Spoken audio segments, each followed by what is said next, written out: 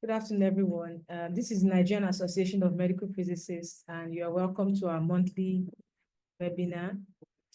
Today, we have a friend of the house. He's no stranger to NAMP members, Mr. Akintokun Adekunle Aziz. Okay, let me just move over to the next slide so that we can see his profile. Like I said, he's no stranger to the house. He currently is a consultant, medical physics consultant in Saudi Arabia. But before then, he was a staff. He started his career as a regulatory officer at the Nigerian Nuclear Regulatory Authority. This is almost 2 decades ago, if I'm correct. Yes, almost 2 decades ago. After which, he started to practice as a clinical medical physicist in Saudi Arabia. And he's currently board certified by the International Medical Physics Certification Board. He has served in various capacities as a nuclear medicine physicist, as a diagnostic radiology physicist, as a radiation safety officer. And then 2 years ago, after almost 15 years in Saudi Arabia, he moved back to Nigeria and worked as a radiotherapy physicist at the newly established David Umahi Teaching Hospital in Ebonyi State. But currently, as we speak, he has now moved back again to Saudi Arabia, where he's now serving as a medical physics consultant. So Mr. Akintokun is also a member of the NAMP Clinical Training and Certification Board. Yes. So today he'll be speaking on the topic, what medical physicists do in nuclear medicine. So in the next few months, we are going to be creating awareness on various roles and responsibilities of medical physicists in radiation medicine and non-radiation medicine. So we're starting with nuclear medicine, and next month we'll have another specialty and so like that. So I'm going to stop sharing the screen so I can share his presentation. So Mr. Akintokun, on behalf of NAMP, you are welcome. And for those who are just joining us, like I mentioned earlier, we do this every month, and the recordings are usually posted on the NAMP YouTube channel. I'll post the link during the presentation so that we can check out our previous recordings. All right, so I'm going to share his presentation because he has some challenges at his end. And then we can start officially. All right, so over to you, Mr. Akintokun. Thank you.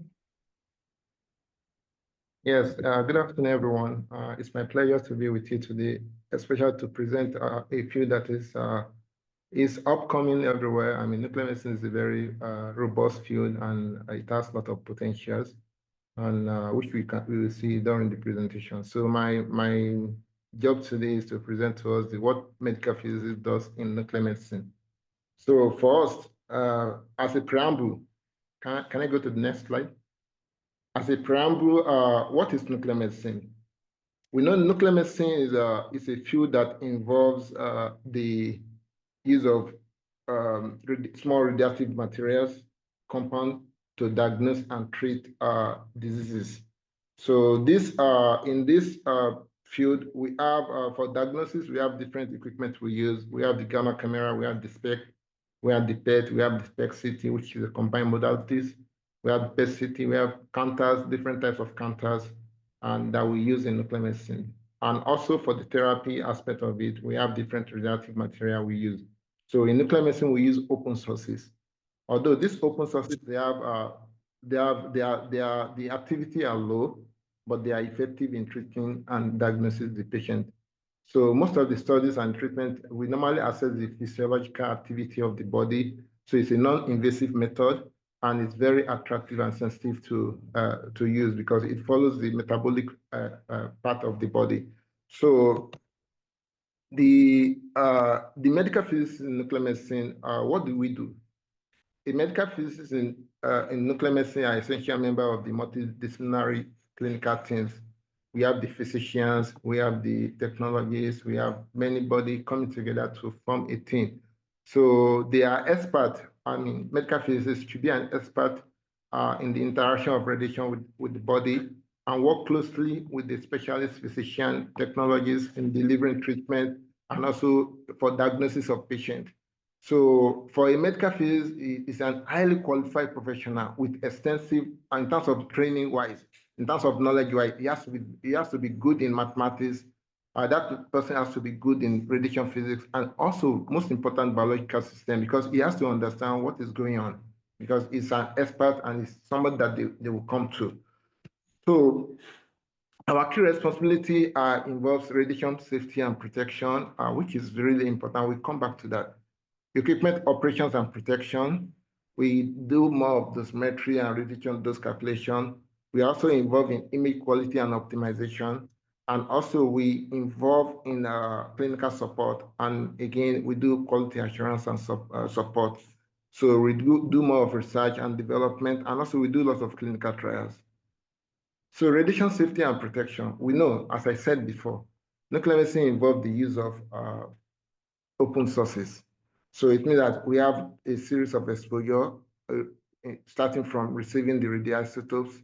Some of even involve receiving the radioisotope from the supplier, trying to assay measurement of the radioactivity. Then therefore you have to inject the patient. Then the patient has to come to the bed for scanning, or the patient has to be in the room. You give the radioactive material to the patient. So all are series of exposure to radiation. The potential of getting exposed in nuclear medicine is a lot. So that's why radiation safety and protection is one of the key job of a nuclear medicine physicist. So he has to ensure that implementing ALARA in the process of using the radioactive isotopes. ALARA is to keep the dose as low as reasonably achievable. So the ALARA involves many things. Involve the protocols, involve the procedure, how it should be done, and involves shielding design and layout. That's before you even start a nuclear medicine facility. A nuclear medicine physicist has to meet with the stakeholder, and they have to properly plan the facility. And in planning the facility, they have to look at the shielding design. They have to look at how to optimize it, the workflow, with the patient flow and the public flow. All these things has to be well done and has to be well input in the planning stage. I mean, also the type of thickness that we need for the walls has to be well calculated, because this is important as we deal with open sources. And although we know that yes, we deal with open sources, they are low activity. We know that the chances of having deterministic effect is really slim. It's almost impossible in nuclear medicine. However, we know about the chronic effect, which is the stochastic, a long-term effect that people can be exposed to, like the creation, the formation of cancer and some other things. So that's why it's really important that we have to really plan the nuclear medicine facility in terms of, we have to look at the shielding, what do we need, we have to look at the layout optimization, and also monitoring of radiation exposure for staff and the public is really essential. Basically in that one, we do two things. The first one is that for the staff, we have the TLD badges that we give to the staff, which is personal dosimetry. So we have to keep the track of the exposure of the staff. And the second one is about the contamination. You understand? We have to monitor that the contamination, the areas that we are working are not contaminated. That's why in nuclear medicine we normally do daily wipe tests, not really wipe tests per se. The procedure I will follow is that we use a GM counter to do a survey of the facility. So when we survey the facility, wherever you have an eye count, then you can take a wipe. A wipe is mean that you have to know what is the contamination level in that area with an elevated activity. So this has to be done daily according to most of the regulations and national requirements. You have to do the daily area survey and everything. So as a nuclear medicine physicist, although we are not directly doing that thing, but we have to supervise and ensure that those things have been done, and we have to be able to look at the track record. And so the good thing is that if there is always there is contamination, it tells us that then we have to train those staff. We have to train the staff, because the contamination should not be a daily thing. It should not be a daily thing. It should be by accident. It should be like accident. But when it's coming a daily thing, it means that the staff needs to be trained in radiation safety and protection. So managing radioactive waste, after we have done with everything, what happens to the waste? We just leave them, and what happens is that if you don't have a good management of radioactive waste, we expose non-radiation worker. You expose non-radiation worker. he exposed non-radiation worker, and this is not really good for a nuclear medicine person. So waste management has to be properly done, because normally the janitor, the cleaner will come and clean the facility after work. So you don't want to throw the waste around. You have to ensure that there is a good control of how the waste is being generated and managed. So developing emergency radiation protocol. Yes, emergency condition can happen anytime. I remember one of the facility in one of the where I work for, the first maybe my first clinical experience in Saudi Arabia. We have a patient for radiation 131. So that patient, we admitted him. I was one that dosed the patient. The patient looked so fine. You understand? So in the evening there was this call. The patient is unconscious. You know, we have to go there. You understand? We have to take the patient to ICU. So the patient is having high dose in him. And that means that we as a medical physicists, we have to really plan the movement of the patient from the ward to the ICU. And even in the ICU, how to isolate the patient so that other people are not exposed to this, to the radiation as that from this patient. So a nuclear medicine physicist should be able to develop an emergency radiation protocol, and he has to foresee what could happen. It's not only in this, even if for the uterine therapy, the one that we do liver embolism that we do in the ward, in the OR ward. There are cases that we have the radioactive material will splash on the physician and will splash on the floor. So proper planning and developing of radiation protocols is really developing emergency radiation protocol is essential things. So a medical physicist always look inward. What could be the challenges that we can face in this protocol, in this procedure or our practice? And he has to develop an emergency protocol to mitigate such incidents. Conducting area and personnel monitoring analysis. So he does the analysis, not the technologies. When it comes to high-level physics, then he has to come in and do the analysis and give advice based on the analysis. Next slide, please. So next one, equipment operations and protection. We all know this. This is a very common one, acceptance testing. So acceptance testing and commissioning of gamma camera, PET-CT, SPECT-CT, dose calibrator, thyroid counter, or even the well counter, and many other instruments that are sentinel node counting system. You understand? The acceptance testing has to be done. Acceptance testing is to ensure that what we requested, the supplier is sending us what we have requested for. So that means that it is an essential thing that we have to do. And commissioning is a form of establishing a baseline value for comparing the performance of the camera over a long period of time. So, and these are really, really important. Even the acceptance test should be done like twice as a physicist. You understand? We do the acceptance test when we receive the equipment and before the end of the warranty period, because once the warranty period has ended, then you not be able to do you lose all. If there's anything major thing that is wrong with the system and you did not detect it before the end of the warranty, then the cost will be on you. So you have to do it maybe like 1 year to the end of the expiration of the warranty, so that the other side people will have to pay, the vendor has to pay for the repair. So the physicist has to have a proper plan for the acceptance testing and commissioning of gamma camera and all the instruments that we are using in the nuclear medicine. So again, the other thing that we have to look at is that routine performance check and calibration. So performance check and calibration, we do it on a routine basis. There are some that we do daily, which is done by the technologies, but we have to look at it and monitor the trend of the performance of the machine on daily basis. These are like in the gamma camera, we do something like we call the uniformity. It is like a daily basis, and they have to check the uniformity of the material. They have to look for artifacts. And this has to be done on a regular basis, because this is an indication of if something is going wrong with the system. So a physicist has to make sure that this is being done and this is being analyzed and give a report monthly on the machine performance.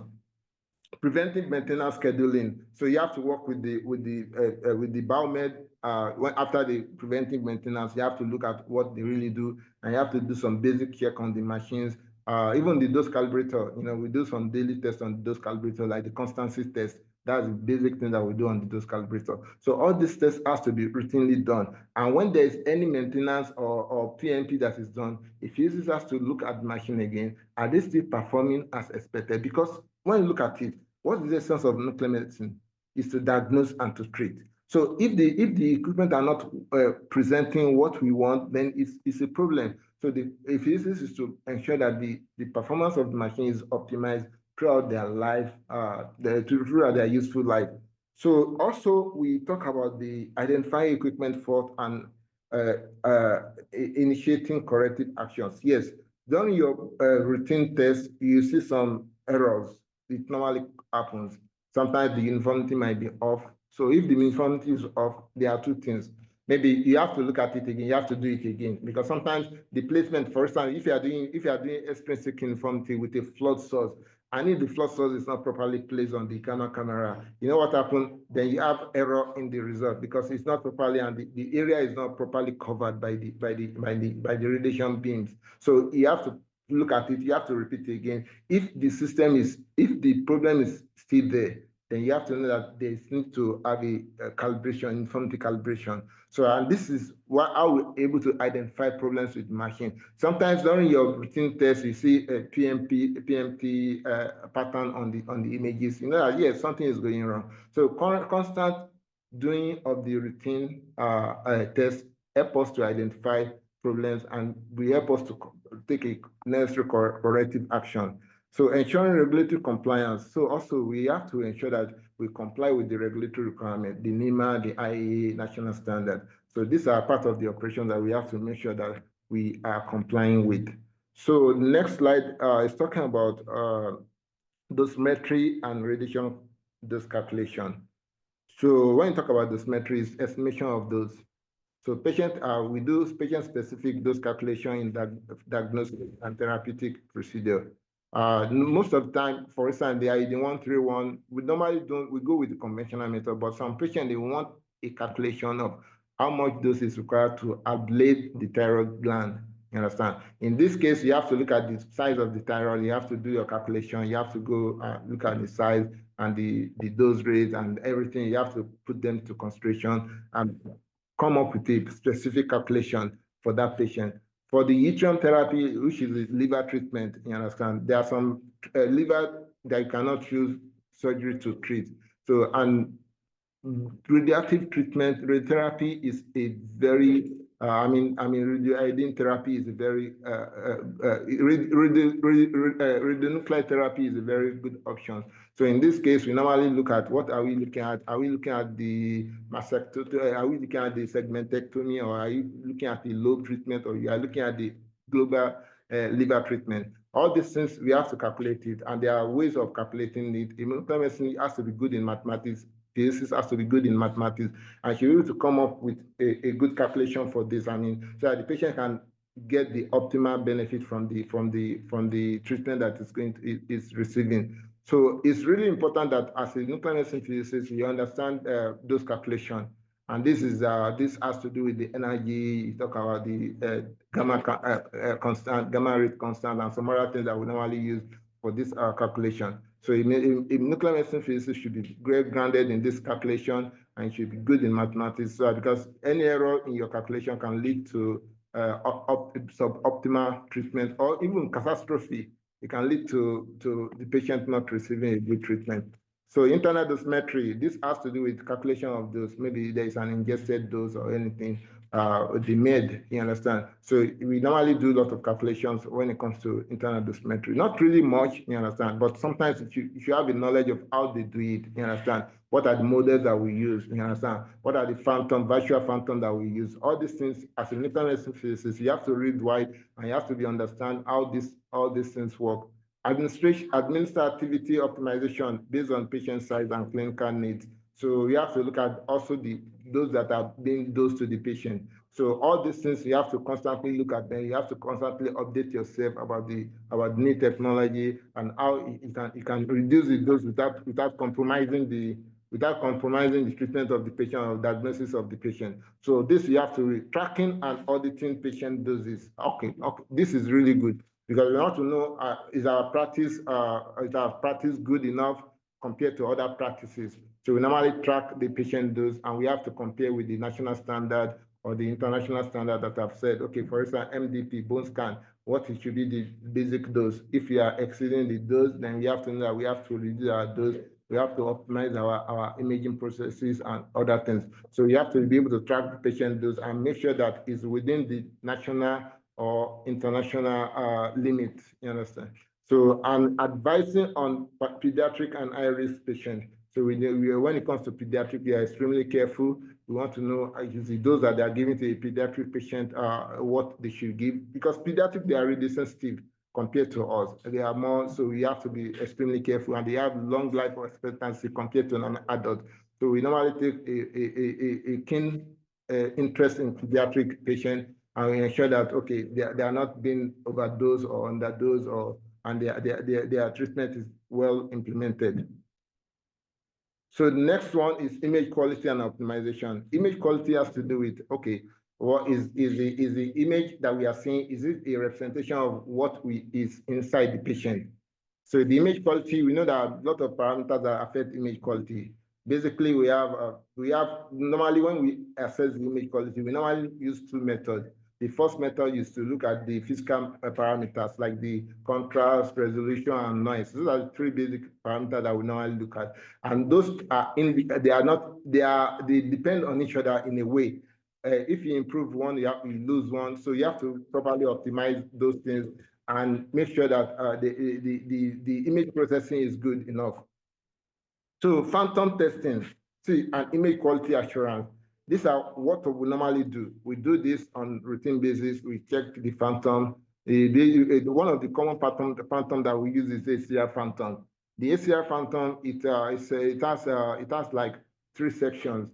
It has the resolution sections, it has the contrast section, and it has the uniformity section. And also we can estimate the amount of noise from the contrast section. We can do a noise estimation from there. Protocol optimization for different clinical indications. Protocol optimization has to do with, okay, how long do we have to acquire the patient? What do you have to inject to the patient? And what are the best processing parameters that we should select in order to achieve a better image quality?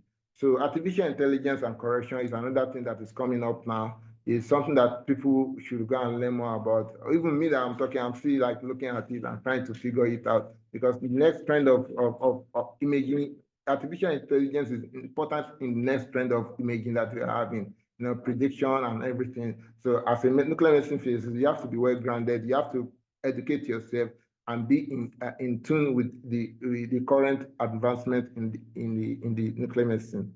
So collaboration with physicians to ensure diagnosis confidence. So sometimes you need to know, the funny thing about nuclear medicine physicists is that you have to be good in biology, because you have to understand everything from the dose you receive to the treatment of the patient, or to diagnosis of the patient, and interpretation of what the physician is seeing. Because sometimes, for instance, we do when we are doing some of the research, I'll come back to that. We look at the images themselves. We try to look at, okay, sometimes we apply texture analysis. We try to look at what are the parameters you can get out from these images, what are the abnormalities. So we do a lot of research, which we'll come back to. So it's really important that we collaborate with the physician to ensure diagnostic confidence. Software analysis and reconstruction algorithms. So we have to understand our system. We have to understand what are the algorithms on the system, what are the filters that we have, how do they work best, what are the values that we should select. Should I use butterfly? Should I use OSEM? Should I use filter back projection? When is filter back projection preferred to the OSEM? Which scan would I prefer to use the filter back projection compared to the OSEM? How those things work, how those iterative reconstruction or the filter back projection, how do they work? And that will make you understand, assisting in the clinical practices. So the next slide is talking about teaching and training. Teaching and training is really essential. Educating the nuclear medicine technologists and residents. You give constant training, not only in radiation protection, also in physics aspect of it. So training on radiation safety and equipment use and the QA procedure is really essential. mentoring medical physicists intern and postgraduate students. They will come, you receive medical physicists, you have to mentor them, you have to let them know what you do on a daily basis. And this is really one of what we do. Developing educational material and SOP, standard operating procedure. This is one of the work you do. And organizing continuing professional development sessions for the staffs, for the classified staff. Is one of those you do. So teaching is really part of what you do, and this you cannot take it out. You cannot take it out. So from time to time you have to teach people. From time to time you have to go from one section to the other. Even not okay. In nuclear medicine, the nurses are there. You give a specific training to them based on the type of job they do in the area. So the technologists also, you give some specific training to them based on what they are doing. You understand? So we normally apply the training is the same. You understand? But the application is what is different. We have the framework for radiation safety when it comes to radiation safety, but when it comes to the application, it's different. For the nurses and the nurses that are not really, that are very much involved in the patient care, and we give some limitation to them, you understand? So their basic things, what they do is prior to the treatment and injection of the patient, they have to do their work so that they can ease their work. So you have to understand what type of training I am to give to the nurses, what type of training I have to give to the technologists, and even the physician, what type of training are you giving to them? So this, it requires that you have to continuously develop slide and training materials and operating procedure. Next one is clinical support. In clinical support, we do a lot of things. In fact, a physician will just call you. Now, I'm trying to see these images and it's not appearing well. My system is not working fine and the display is not good. How can I make a display? So you need to understand even what the computer that the physician, AWD or whatever they are using for the analysis of the image. You need to understand how they work, because many times you have to support the physician in even display of the images, and sometimes especially new physicians that just joined, or the resident doctors that are in the department, or those who are doing fellowship, they will call upon you. Okay, I have a problem with my system. It's not doing this well. It's not uploading all the images. What should I do? So as a clinical medical physicist, you have to be a bit good in IT. You understand? You have to be able to do some little troubleshooting. My system is not receiving images from the control console. What is happening? You know, you should be able to identify what is the problem. Is there really a connection? Is there what is the glitches that are preventing the images from being sent from the console to the physician? You have to understand all these things. You have to understand the network of sending the images. So constantly you have to give assistance in complex imaging and therapy cases. Customizing imaging protocol for individual patients. Customizing imaging protocol. You need to understand the system. That's normally done in the console. So you need to do, okay, what should I do? Because normally we normally have audit of those things. So what we do is that we have a protocol. And sometimes the technologies might be playing with the protocol and change the protocol. So you have to be able to know that the protocol has changed, and you should be able to return it to what it is, or if you can even make it better based on your research and based on what you have discovered, by trying to look at the procedure again, the protocol again, trying to optimize, trying to go through it and trying to make it look better. So we normally have to be good at customizing image protocols, and this is really easy, but you have to learn it. You have to know, like, understanding the display, the platform that you are working using. So consulting in radionuclide therapies. So radionuclide therapy, you do a lot of consultation. For example, your hospital wants to start iodine 131 therapy. They will come to you. Where should we locate the iodine room? You understand? What should be the requirement for the shielding? What should be the layout? How does they have to look? What are we need to put in place? Do we need a waste holding tank, radioactive waste holding tank? And what type of radioactive waste holding tank should we get? How soon do we discharge this tank? All these things it boils down to a nuclear medicine physicist has to understand all these things. And that's why they normally consult us. For instance, I've gone through the 131 therapy. We started the process. We created the room and we did everything. The holding tank we created. The holding tank depends on the country. Sometimes if the country has a direct sewage that can dilute something, we just discharge directly into the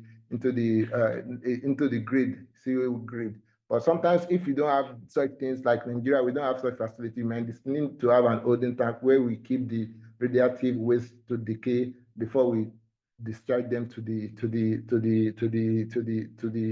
normal waste. Nigeria, we just discharge them to the waste provision that we have. So we look at nutrition 171, really endocrine treatment. This one also we started it, and we see we plan it. We have to develop protocol. You have to look at what is going on, develop emergency procedure for them.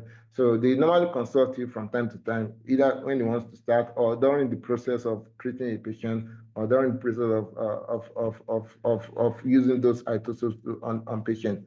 You have to provide multidisciplinary support in tumor board and case review. Yes, we are there with tumor board, and we normally give our suggestions, just like what the patient could. They will ask you questions about what are the side effects of this. If this happens, what do you do? You understand? So if this has to be well prepared, okay, in case of anything, you should be aware before they asking, okay, this could go wrong, then what should be the approach that we can use? So supporting image fusion and quantification tasks.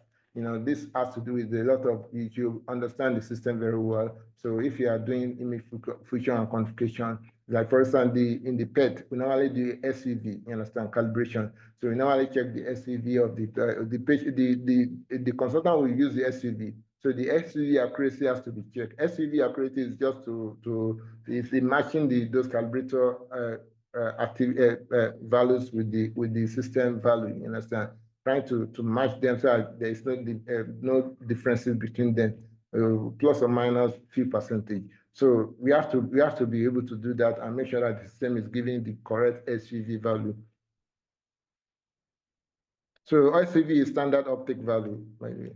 So quality assurance and support, establishing and implementing QA and QC program. We have to do this.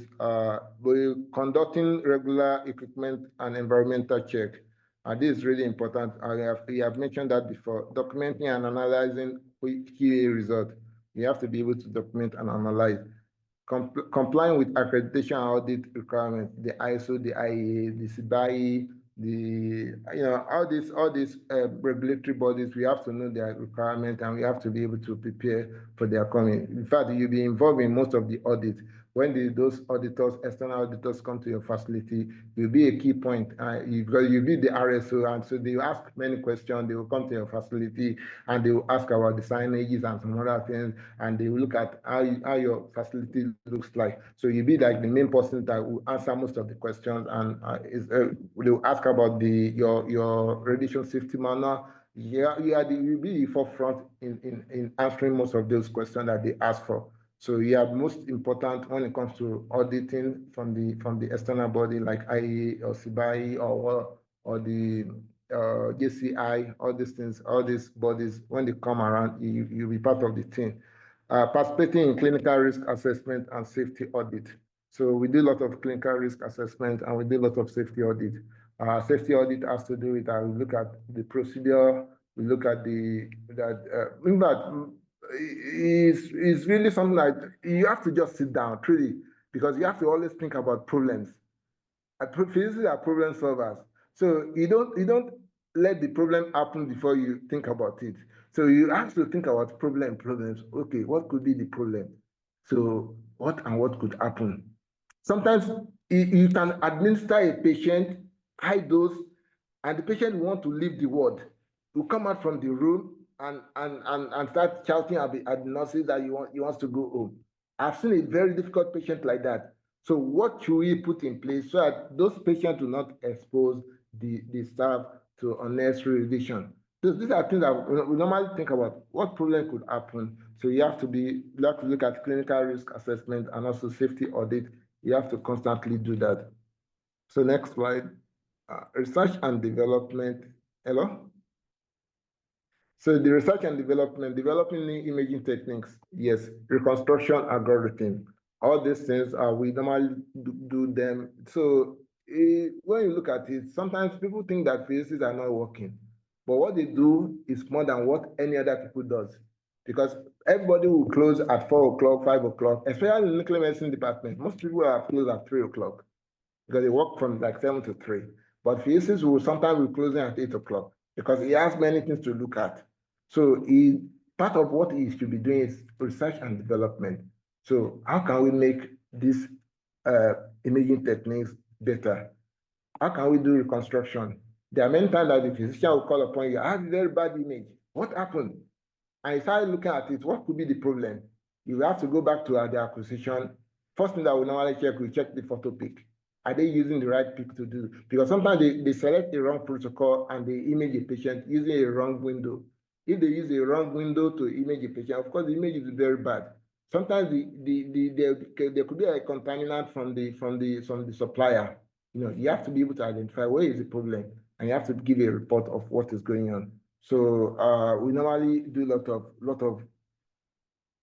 lot of investigation and research into new techniques.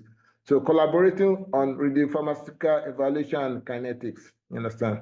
So we have to work with the radiopharmacist if you have one. Most of us, we normally have a radiopharmacist, you understand? We have to collaborate with them. We have to look at their preparation process, and you have to look at the dose they administer to patients, compare with the national standard, and you understand? The DRLs, and we have to look at what we need to be improved on. So publishing scientific findings in peer journals, yes. But this publishing, you can only have time to do this if you have a team of physicists. I have to be sincere. Because sometimes you get so busy, but it's a good thing. I mean, it's a good thing that we have to look at and try to publish and try to add to the scientific knowledge.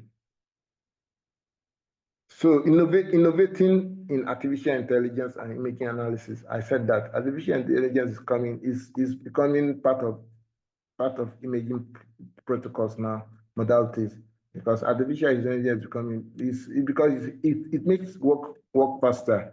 So we cannot say no. We have to be the old way we used to do it. No. You have to put artificial intelligence in your image analysis for QC. You have to use it for the clinical process, for noise suppression, many things that you can use artificial intelligence for. So it's a trend that is upcoming in the nuclear medicine. So supporting grant application and project proposal. Yes, you think about a project to do, and you can get some grant, and you can start the project, and it's good. And sometimes we get some good money from grants. So develop and validation new imaging protocols. All protocols should not go into clinical use until they are validated. So when you have a new imaging protocol, you have to validate it by looking at it and trying to simulate what the clinical situation will be, and ensuring that everything looks smooth before we endorse it and let it go clinical. So clinical trials. This is last one. Providing expert advice on nuclear medicine physics for multidisciplinary for clinical trials. So what we do is we contribute to protocol design and equipment evaluation, like calculating the amount of radioactive needed for therapy. I think I've mentioned this before. Developing new protocols for functional imaging. Yeah, development of new protocol is part of clinical trials. It comes under research, and also it comes under clinical trials, because before you go into clinical trial, you have to have some group that you use it on. After you have done your validation, then you have to select some, try to use it. And if it goes fine, then it becomes like part of your protocol. Developing new method for imaging quantification. We can also design and implementing new radionuclide therapy services. As I said, they call you when they want to start any therapy procedure. What do you think about this? What are the radiation safety protocols that we have to put in place? The calculation of those, they will ask you about calculation of those. So you have to be well grounded in all these things and how to make those calculations. Sometimes we don't have all the information. We just say, please give me some few, like 2 days, I will get back to you. So it means that you have to read, and you have to be able to collaborate with other physicists around the world, so you can get your information easily. So it makes your life easy, because you cannot work alone. You have to work as a team of physicists really. So you have to have your contact in other hospitals that can give you some information that you don't have. So providing expert advice on new imaging instrumentation options. There are different instruments, especially when you want to buy a new instrument. Okay, I want to buy a Symbian Interval 6. I want to buy GE. GE is better than Siemens. Siemens is better than Philips and this and this. You should understand what you need for your clinic, and you should select the best machine for your clinic based on some parameters that you have to look at.